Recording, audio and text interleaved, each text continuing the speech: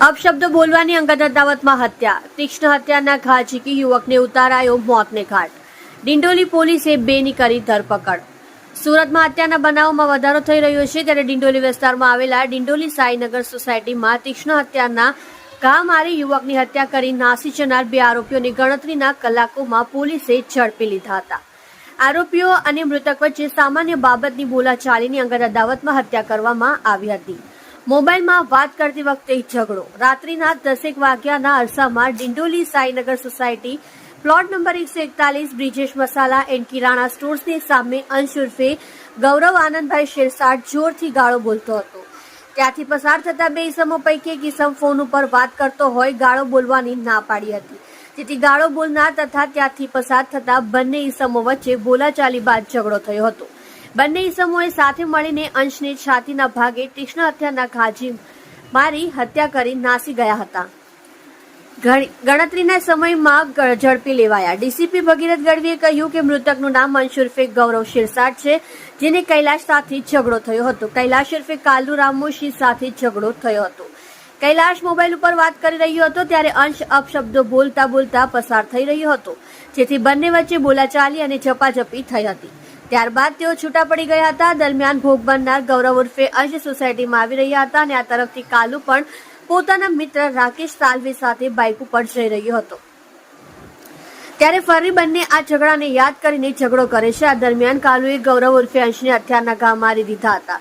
છાતીમાં ચપ્પુના ઊંડા ઘા મારી દીધા હોવાથી તેનું મોત થયું હતું। ત્યારબાદ બંને આરોપીઓને પોલીસે તાત્કાલિક ઝડપી લઈને કાયદેસરની કાર્યવાહી હાથ ધરી છે। તમે જોઈ રહ્યા છો કેપી ન્યૂઝ ચેનલ રફીક શેખની સાથે। ડિંડોલી પોલીસ સ્ટેશન વિસ્તારમાં ગઈકાલે એક મર્ડરનો બનાવ બન્યો હતો। આ ઘટનામાં જે ભોગ બનનાર છે એ અંશ નામનો એક વ્યક્તિ છે કે જે 20 થી 22 વર્ષની એની ઉંમર છે। એ પોતાની સોસાયટી મહાદેવનગર 2 એ સોસાયટીમાં પોતાના એના એક નજીકના જે એક વ્યક્તિ હતા આસપાસ રહેતા, એના સાથે એનો ઝઘડો થયો હતો। એ કાલુ ઉર્ફે કૈલાશ ઉર્ફે કાલુ રામો છે, એની સાથે એનો ઝઘડો થયો હતો।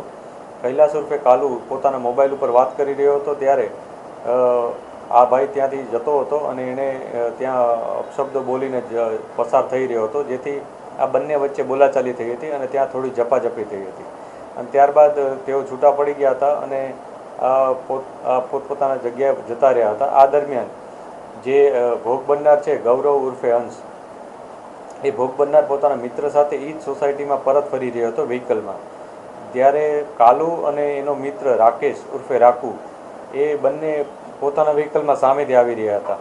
જ્યારે એકબીજાને સામે જોવે છે એટલે ફરીથી એ ઝઘડા યાદ કરી અને બંને ફરીથી ઝઘડે છે અને આ દરમિયાન જે આરોપી છે કૈલાશ ઉર્ફે કાલુ, એણે જે ભોગ બનનાર ગૌરવ ઉર્ફે અંશને ચાકુ મારી દે છે અને આ ચપ્પુનો એક ઘાવ ખૂબ જ ઊંડો હોવાથી જે ભોગ બનનાર છે એનું મૃત્યુ થાય છે। પોલીસે આ બાબતે તત્કાલ સ્થળ વિઝિટ કરી તપાસ શરૂ કરી દીધી હતી અને ગુનો રજીસ્ટર કરી અને બંને આરોપીની ધરપકડ અત્યારે તજવીજ ચાલુ છે અને બંને આરોપીઓના ગુનાહિત ઇતિહાસ વિશે પણ અમે તપાસ કરી રહ્યા છીએ।